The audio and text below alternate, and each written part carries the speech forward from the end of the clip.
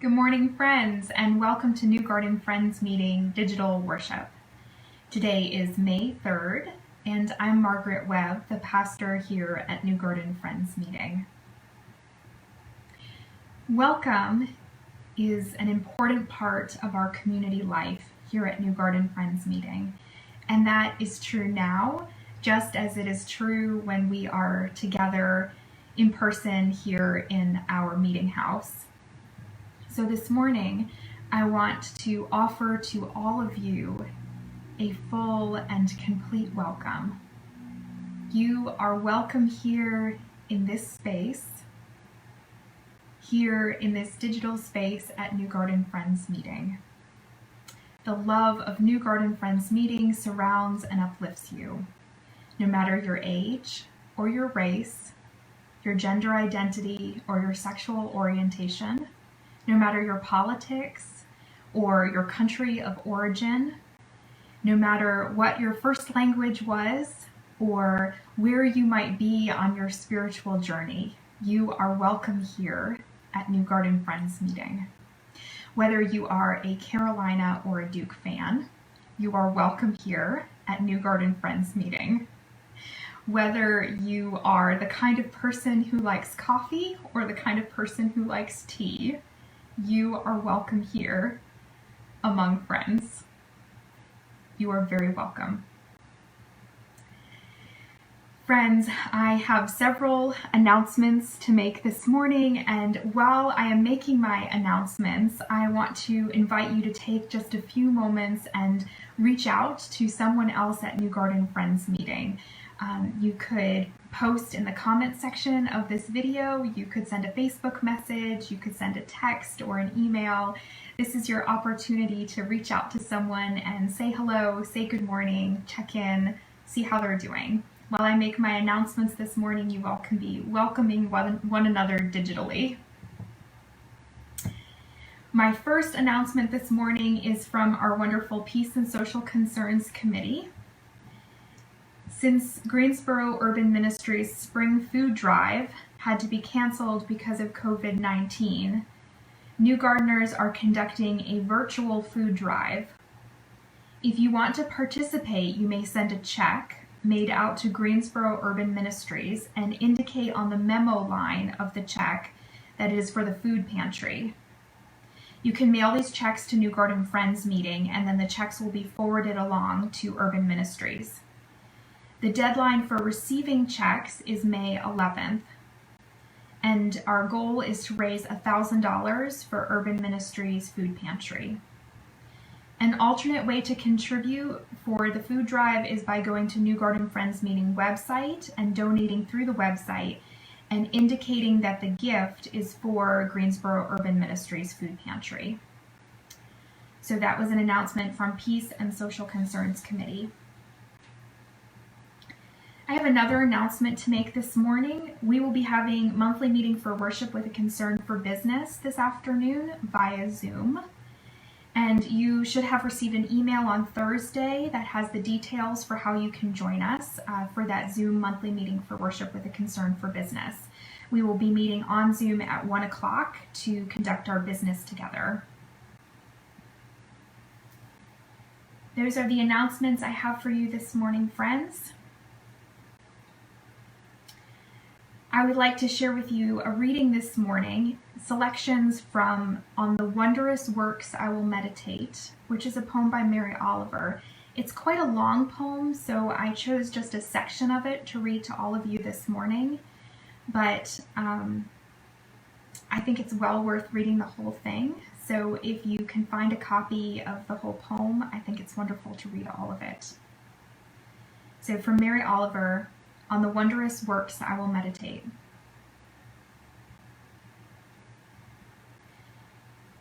Every morning, I want to kneel down on the golden cloth of the sand and say some kind of musical thanks for the world that is happening again, another day.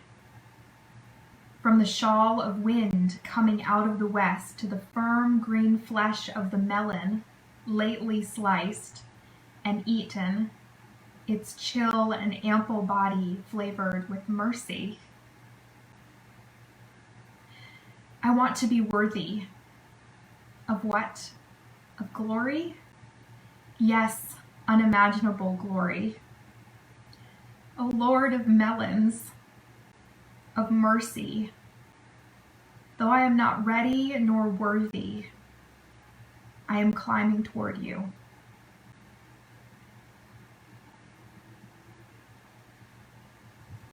Friends, I would like to invite you to join me for a few moments of silent prayer this morning.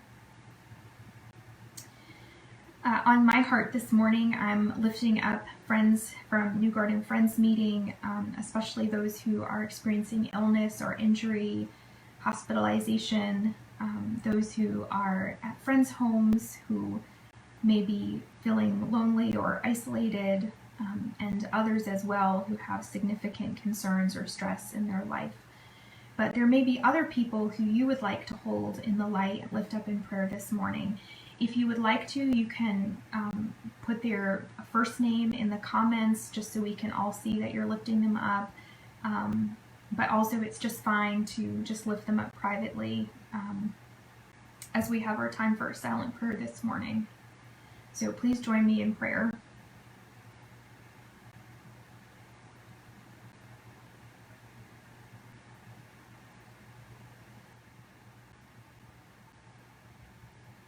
Amen. Thank you, friends.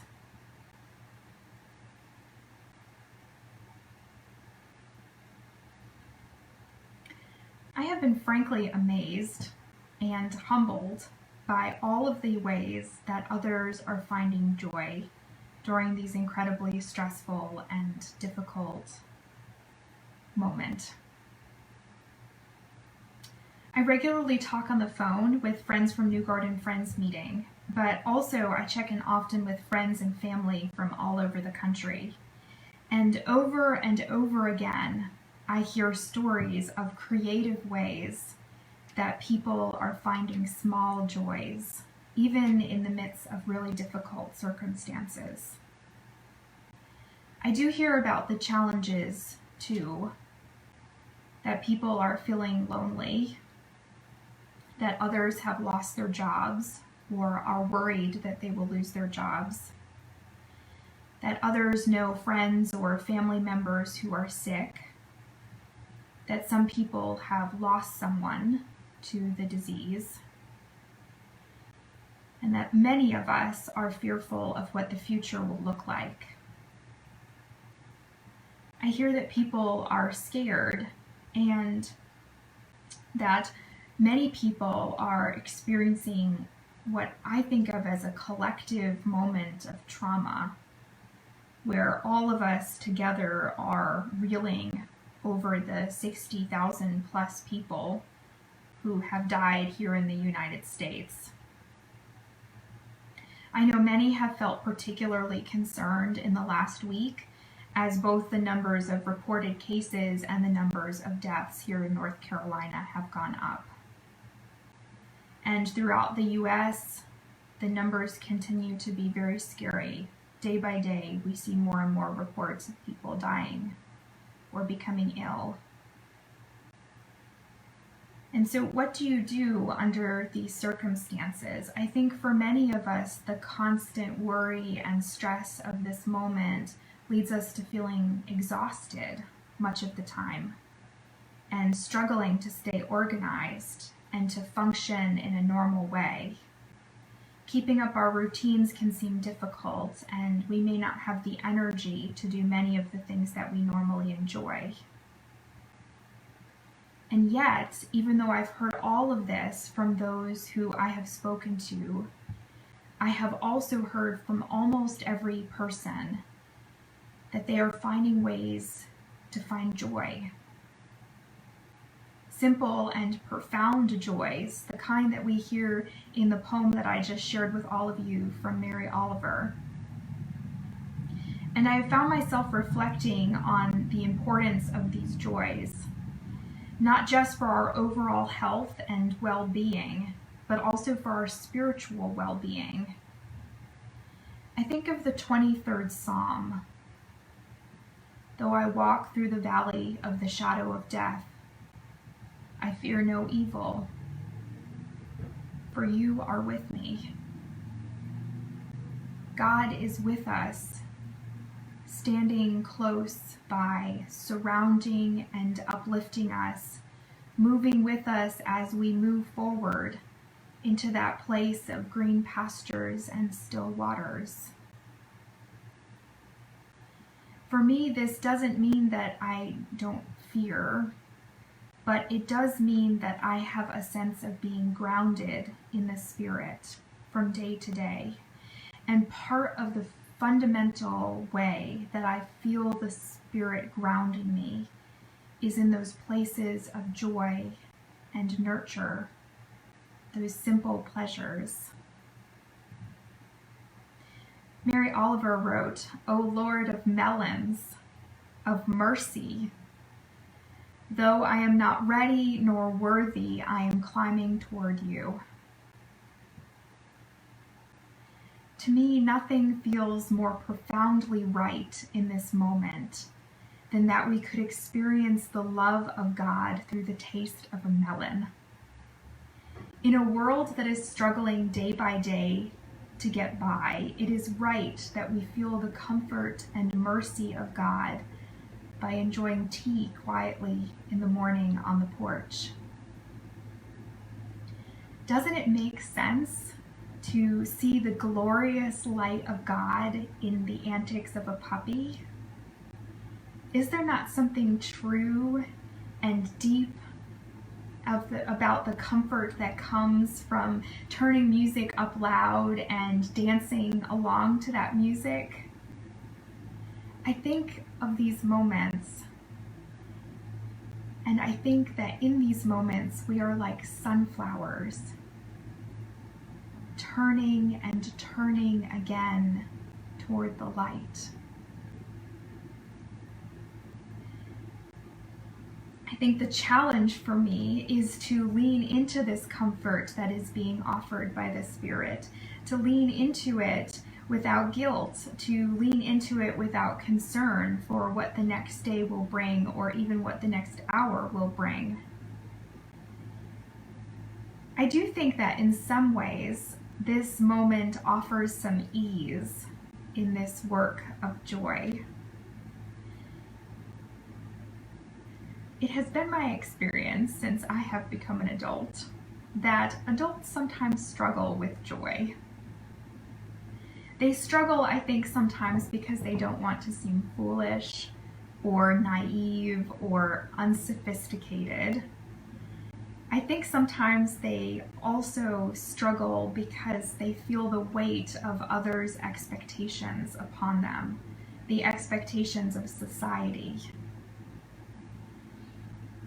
And I think for some adults, they have a sense of personal dignity that sometimes hampers them truly embracing moments of joy. You only need to spend a few hours around a 3-year-old or a 4-year-old to see the way that taking yourself too seriously can disconnect you from experiences of joy. A 3-year-old or a 4-year-old does not worry about what others will think about her before she jumps with bare feet into a muddy puddle. She just jumps and puts her toes in the mud. And so in some ways, I think this moment of social distancing, when our world is so chaotic and so strange and so different for so many of us, it offers us an opportunity that we adults don't usually get. Do you want to wear a huge inflatable dinosaur costume to walk your dog? Why not? Do you want to turn the music in your living room up loud and dance crazy?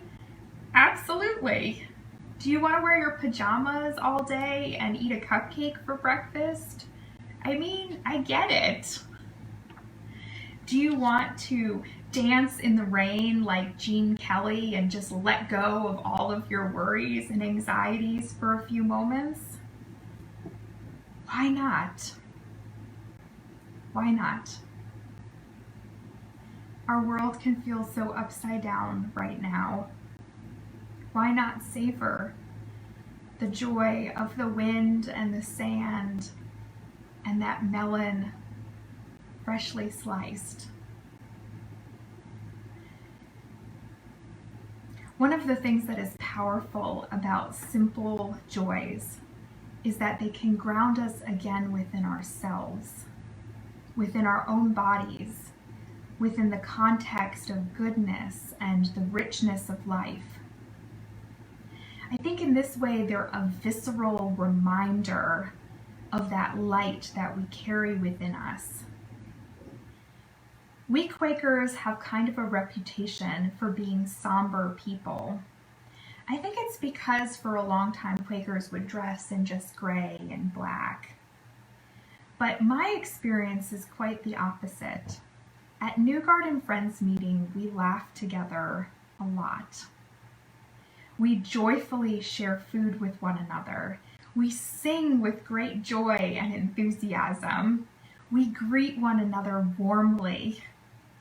And I think we do this out of a sense of the great abundance of love that we have here in our community for one another. And also out of a sense of the abundance of God's love for us. We laugh a lot, I think, because we experience God through that joy. In the words of Quaker author Thomas Kelly, the first fruit of the Spirit is a joy unspeakable and full of glory. We're grounded in that sense of the Spirit. That sense of the Spirit that we find in the stillness, but also in the chaos. That Spirit that is within us. That Spirit within us that we so often experience as love and as joy. So my hope for all of you in the week to come is that you will make time for the spiritual practice of joy. Let us call it meeting for worship with an attention to joy. And let's make it part of our day every day. So you may have your own joyful spiritual practices, but I want to share just a few practices with all of you. Some of these are things that I'm doing myself, and some of them are things that I've seen others do or I've heard from friends, things that have been bringing them joy. I suggest that you build a fort out of blankets and pillows, and that you spend some time reading in your fort with a flashlight. I think that you should start a text or email or Marco Polo chain with your friends to exchange some jokes. Really, the cornier the jokes, the better. Puns are great. Watching a funny movie or reading a funny book can be a great spiritual practice. Tending your garden, taking time to be outside in the grass and put your fingers in the dirt. Dressing up and taking a picture of yourself recreating a famous painting. Friends, if you have not seen the pictures of people doing this, I suggest you Google it so you can see how creative and funny humans can be. Speaking of dressing up, you could dress up in a costume to take your trash out or to walk your dog. Why not? Why not? I suggest blowing bubbles, even if it's just with dish soap and water and you just use your hands. Blow some bubbles. making yourself something to eat, something that nourishes your body and your soul. Singing along to your favorite song as loudly as you can sing. Coloring your hair a wild color. If you have always wanted to have blue hair or purple hair, now that you are socially distancing from others, now is the time to do it. Why not? Spending extra time cuddling with your pets and playing with them. Telling people that you love them and telling people that you are grateful for the things that they are doing for you. At the end of each day, writing down something that was truly lovely about that day. Taking a picture of things around you that are beautiful and then sending those pictures to a friend. Trying a weird food combination. I have tried chocolate hummus and black bean brownies since going into social distancing. I encourage you to try some new and exciting food combinations. And finally, as the weather starts to be warm, if you are social distancing with others, with your family, I would like to suggest that you have a water balloon fight. Or if that's not Quakerly enough for you, you can just think of it as splashing water on each other with joy. Friends, in a few moments, I'm going to cut the live feed. But first, before we enter into our time of silent waiting worship this morning, rather than closing this morning with queries or questions for all of you, I would like to instead close with this blessing upon all of you.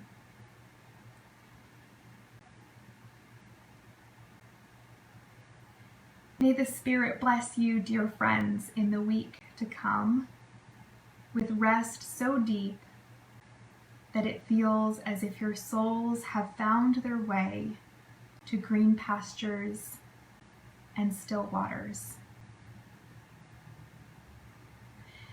May God bless you with what you need to face each day with renewed strength, with patience and mercy for yourself, and also for everyone around you. May the Spirit bring you the precious gift of joy this week, whether it is in the form of a cupcake or a card from a friend, time with your pets, or an opportunity to dance. May you find yourself laughing so hard that you cry, and then crying some more for the sorrows of our world, until you find that your heart has healed just a little. May you take every opportunity for silliness that presents itself and embrace with open arms opportunities for whimsy. May you make something this week, whether it is a pie or a garden bed or a piece of art. May this week be filled with startling moments of tenderness and love. May you express love to someone and have someone else express love back to you. May your week be filled not just with mess and stress, not just with struggle and exhaustion, but also with things that are familiar and lovely. And as each tiny joy comes into your life, may it remind you again and again of the light that you carry within you, one that is known through love and joy. May joy bring you peace this week, a peace that surpasses all understanding. May God bless you and keep you, friends, until we are together again. And may this week be filled with small joys.